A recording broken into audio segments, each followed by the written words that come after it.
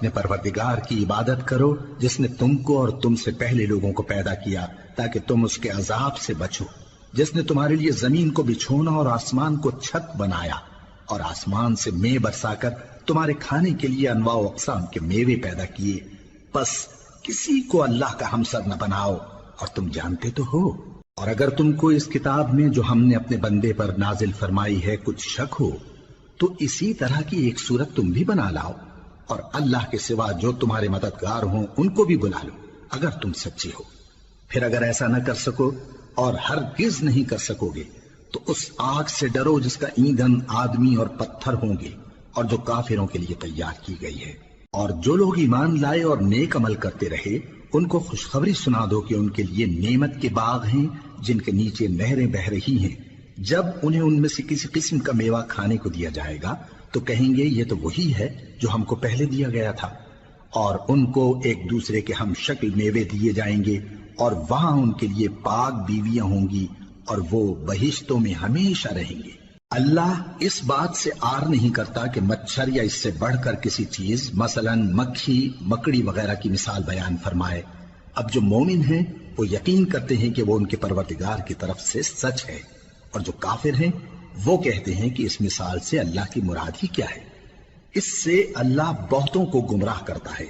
اور بہتوں کو ہدایت بخشتا ہے، اور گمراہ بھی کرتا ہے تو نافرمانوں ہی کو، جو اللہ کے اقرار کو مضبوط کرنے کے بعد توڑ دیتے ہیں، اور جس چیز یعنی رشتہ قرابت کے جوڑے رکھنے کا اللہ نے حکم دیا ہے اس کو قطع کیے ڈالتے ہیں اور زمین میں خرابی کرتے ہیں، یہی لوگ نقصان اٹھانے والے ہیں۔ کافرو، تم اللہ سے کیوں کر منکر ہو سکتے ہو؟ جس حال میں کہ تم بے جان تھے تو اس نے تم کو جان بخشی، پھر وہی تم کو مارتا ہے، پھر وہی تم کو زندہ کرے گا، پھر تم اسی کی طرف لوٹائے جاؤ گے۔ وہی تو ہے جس نے سب چیزیں جو زمین میں ہیں تمہارے لیے پیدا کی، پھر آسمانوں کی طرف متوجہ ہوا تو ان کو ٹھیک ٹھیک 7 آسمان بنا دیا، اور وہ ہر چیز سے خبردار ہے۔ اور وہ وقت یاد کرنے کے قابل ہے جب تمہارے پروردگار نے فرشتوں سے فرمایا کہ میں زمین میں اپنا نائب بنانے والا ہوں۔ انہوں نے کہا کیا تو اس میں ایسے شخص کو نائب بنانا چاہتا ہے جو خرابیاں کرے اور کچھ تو خون کرتا پھرے؟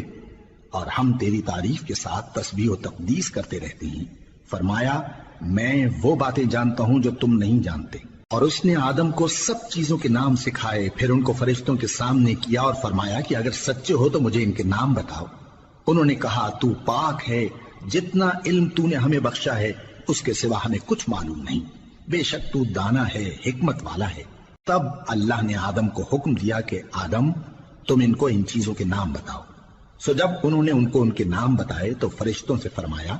کیا میں نے تم سے نہیں کہا تھا کہ میں آسمانوں اور زمین کی سب پوشیدہ باتیں جانتا ہوں، اور جو تم ظاہر کرتے ہو اور جو پوشیدہ کرتے ہو سب مجھ کو معلوم ہے۔ اور جب ہم نے فرشتوں کو حکم دیا کہ آدم کے آگے سجدہ کرو تو وہ سب سجدے میں گر پڑے مگر شیطان نے انکار کیا اور غرور میں آ کر کافر بن گیا۔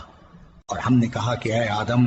تم اور تمہاری بیوی بہشت میں رہو اور جہاں سے چاہو بے روک ٹوک کھاؤ پیو، لیکن اس درخت کے پاس نہ جانا نہیں تو ظالموں میں ہو جاؤ گے۔